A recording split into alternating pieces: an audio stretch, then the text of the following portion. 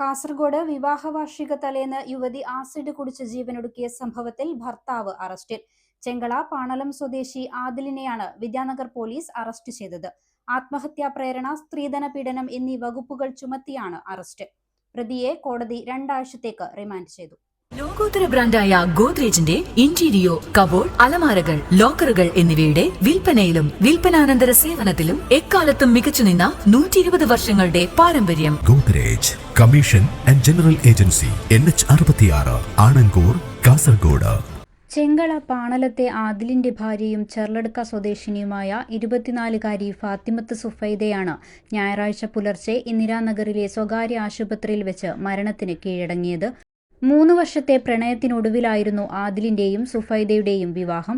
ഇരുവർക്കും 2 മാസം മാത്രം പ്രായമുള്ള ഒരു പെൺകുഞ്ഞുണ്ട്. B.Ed കഴിഞ്ഞ സുഫൈദയ്ക്ക് വിവാഹം കഴിഞ്ഞ് മാസങ്ങൾക്കകം തന്നെ ക്രൂരമായ പീഡനങ്ങൾ നേരിടേണ്ടി വന്നിരുന്നുവെന്ന് ബന്ധുക്കൾ ആരോപിക്കുന്നു. കുടുംബാംഗങ്ങൾ ഇടപെട്ട് പലതവണ ചർച്ചകൾ നടത്തിയെങ്കിലും ആദിലിന്റെ പീഡനം തുടരുകയായിരുന്നു. വിവാഹവാർഷികത്തിന്റെ തലേ ദിവസമായ ശനിയാഴ്ച വൈകുന്നേരവും സുഫൈദയ്ക്ക് ക്രൂരമായ മർദ്ദനമേറ്റതായും പറയുന്നു.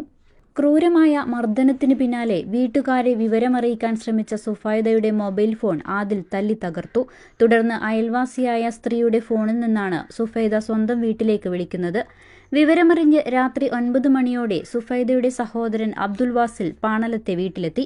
സ്വന്തം വീട്ടിലേക്ക് പോകാനൊരുങ്ങിയ സുഫൈദയെ ഭർത്താവ് ആദിൽ ഭീഷണിപ്പെടുത്തുകയും 2 മാസം പ്രായമുള്ള കുഞ്ഞിനെ കൂടെ കൊണ്ടുപോകാൻ അനുവദിക്കില്ലെന്ന് തീർത്തു പറയുകയും ചെയ്തു. ഇതിൽ മനം നൊന്ത് വീട്ടിനകത്തേക്ക് പോയ സുഫൈദ ആസിഡ് കഴിച്ച് ആത്മഹത്യ ചെയ്യുകയായിരുന്നു. അടിച്ചപ്പോ കുടുംബക്കാർക്ക് ഫോൺ വിളിക്കാൻ നോക്കുമ്പോൾ ഫോൺ പിടിച്ചു പറ്റിയിട്ട് ഫോൺ അടിച്ചു വിളിച്ചു. പിന്നെ അവള് പോയിട്ട് അപ്പുറത്തെ വീട്ടിൽ നിന്ന് ആരോ പെണ്ണുങ്ങളെ, അടുത്ത വീട്ടിലെ പെണ്ണുങ്ങളോട് ഫോൺ വാങ്ങിച്ചിട്ട് അത് ഉമ്മാക്ക് വിളിച്ചത്, എന്നെ ഇങ്ങനെ അടിച്ചിട്ട് എന്നെ ഒന്നും പറ്റുന്നില്ല, എനിക്ക് ഇവിടെ നിൽക്കാൻ പറ്റുന്നില്ല, എന്നെ ഒന്ന് രക്ഷപ്പെടുത്തി പറഞ്ഞു. അപ്പൊ ഇവര് പോയപ്പോ ഇങ്ങനെ ഈ പ്രശ്നത്തിലുണ്ടായിട്ട് പിന്നെ ഡ്രസ്സെല്ലാം എടുത്തിട്ട് പോവാന്ന് പറഞ്ഞിട്ട് വണ്ടിയിൽ കയറിയതാണ്.